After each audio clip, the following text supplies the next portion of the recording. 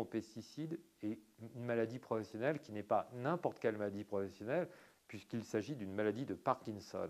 Autrement dit, un tribunal des affaires sociales, c'est une première, mais ça ne sera pas la dernière, a reconnu un lien direct de causalité entre l'exposition aux pesticides et puis une maladie extraordinairement grave du système nerveux, de la maladie de Parkinson. Et les paysans, bien entendu, sont au premier rang, les victimes de ce système complètement fou. Il y a une chose qui est peu connue, mais qui est absolument officielle. On n'a pas eu beaucoup à chercher. Il suffit d'ouvrir les documents de la Mutualité sociale agricole en France. La Mutualité sociale agricole, c'est la Sécu, c'est la sécurité sociale des paysans. La Mutualité sociale agricole qui a eu beaucoup de liens avec le lobby des pesticides, il faut le dire, parce que c'est la vérité. La Mutualité sociale agricole a ignoré le sort des paysans, en tout cas par rapport aux pesticides, pendant des dizaines d'années. La Sécu des paysans s'est tout à fait désintéressée de savoir quel effet les pesticides pouvaient avoir sur les paysans pendant pratiquement 60 ans. Ça paraît incroyable? Oui, c'est absolument incroyable.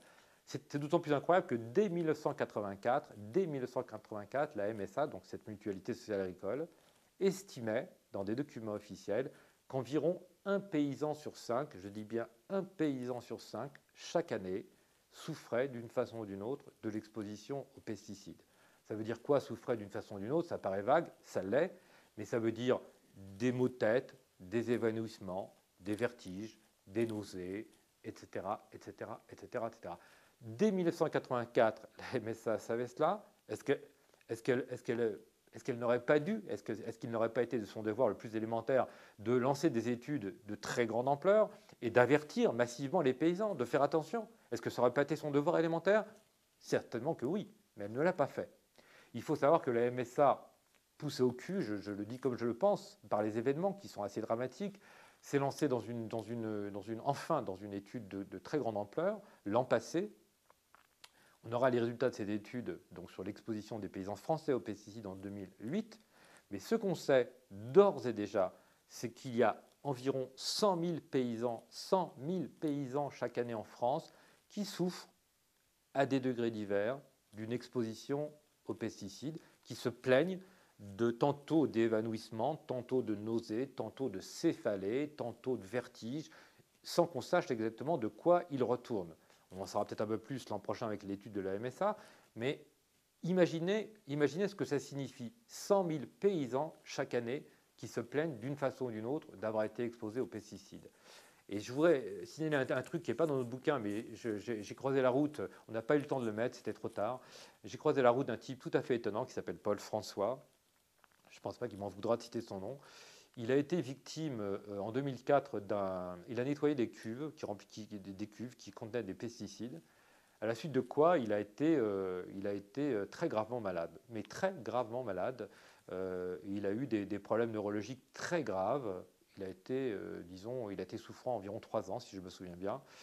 C'est-à-dire que ça vient juste de s'arrêter. 2 ans et demi, disons. Ça a dû s'arrêter il y a 6 mois à peu près. Il semble aller mieux.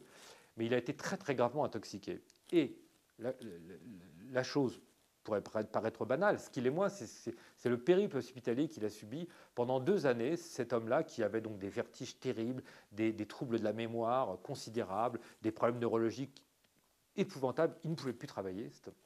Il s'est retrouvé donc dans un périple hospitalier sans fin, se heurtant à des médecins hospitaliers certainement très valeureux, mais qui ne comprenaient rien à ce qui lui arrivait, à rien. Tout simplement parce que ces hommes-là n'avaient pas la connaissance de ce qui avait pu provoquer ces malaises et ces maladies, au point que certains d'entre eux, comme ça arrive très très souvent dans ce genre d'affection, eh bien, avaient la tentation de psychiatriser ces maux, avaient la tentation de considérer que c'était psychosomatique, tout simplement parce qu'ils n'arrivaient pas à comprendre ce qui lui arrivait. Et cet homme a eu une chance inouïe, unique on peut dire. Il a croisé la route d'un vieux toxicologue du CNRS qui s'appelle André Picot, lequel André Picot est un ami proche d'Henri Pézra, qui est un formidable personnage dont on parle dans le livre, qui est très grossièrement résumé. Lui aussi, c'est un ancien, il est directeur de recherche honoraire au CNRS, il est à la retraite. c'est un ancien toxicologue. On peut dire, pour résumer, que c'est l'homme qui a déclenché en fait l'interdiction de l'amiante en France. C'est le lanceur d'alerte, l'homme qui, plus que quiconque en France, a hurlé contre l'amiante, et ça depuis 30 ans. Il a obtenu, à force d'hurler, mais si longtemps dans le désert, il a obtenu avec quelques autres l'interdiction définitive de l'amiante en 1997. Bref, Paul François a rencontré André Picaud, lequel André Picaud a parlé de son cas à Pézra, et Picaud et Pézra ont examiné le cas de Paul François et ont essayé d'établir un scénario plausible de ce qui avait pu se passer dans le cas de Paul François. Ils y sont parvenus. Entendons-nous bien, ce ne sont pas des médecins.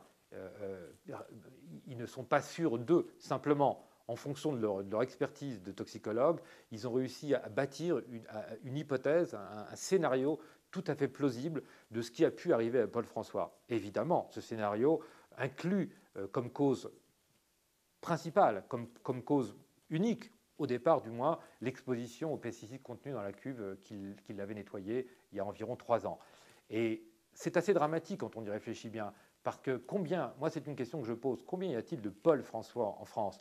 Moi je suis profondément convaincu qu'il y en a des centaines, voire des milliers. Je dis bien des milliers.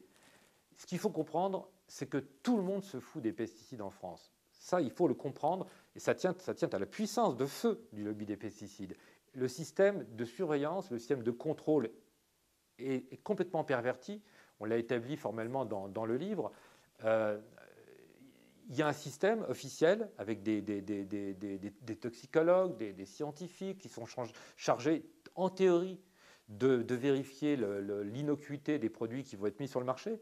Mais le drame invraisemblable, c'est que l'industrie des pesticides a fait la loi dans cette commission qu'on appelle la commission des toxiques ou la Comtox dans le jargon, cette commission publique qui est rattachée au ministère de l'Agriculture et qui est chargée de surveiller la mise sur le marché de ces produits hautement dangereux. Cette commission est théoriquement composée d'experts indépendants. Ça, c'est ce que le ministère de l'Agriculture dit et répète depuis des décennies. Mais ce que nous avons établi et prouvé dans notre livre, c'est que cette commission n'est pas vraiment composée d'experts indépendants. Certains le sont, mais beaucoup ne le sont pas, parce qu'ils entretiennent des liens directs, avérés, avec l'industrie des pesticides. Certains ont des sociétés dont ils sont les gérants, ou en tout cas avec lesquelles ils travaillent, et lesquelles sociétés travaillent directement avec l'industrie des pesticides. Autrement dit, chose invraisemblable, une partie très importante de ces experts dits indépendants travaillent en réalité avec l'industrie des pesticides. Ce qui veut dire sans détour que ceux qui sont chargés au nom de l'État français, au nom du ministère de l'Agriculture, de nous protéger contre des pesticides qui seraient trop dangereux pour notre santé, eh bien, ont un intérêt par ailleurs à ce que l'industrie des pesticides soit aussi puissante et aussi prospère que possible. Il faut avouer que c'est un système, disons-le, c'est un système complètement faisandé. C'est un système dangereux, c'est un système honteux, c'est un système dont il faudrait se débarrasser le plus vite qu'il est possible. Et ça, comment y arriver? Comment arriver à modifier le rapport de force, ce rapport de force si défavorable à nos intérêts de vivants, à nos intérêts d'humains?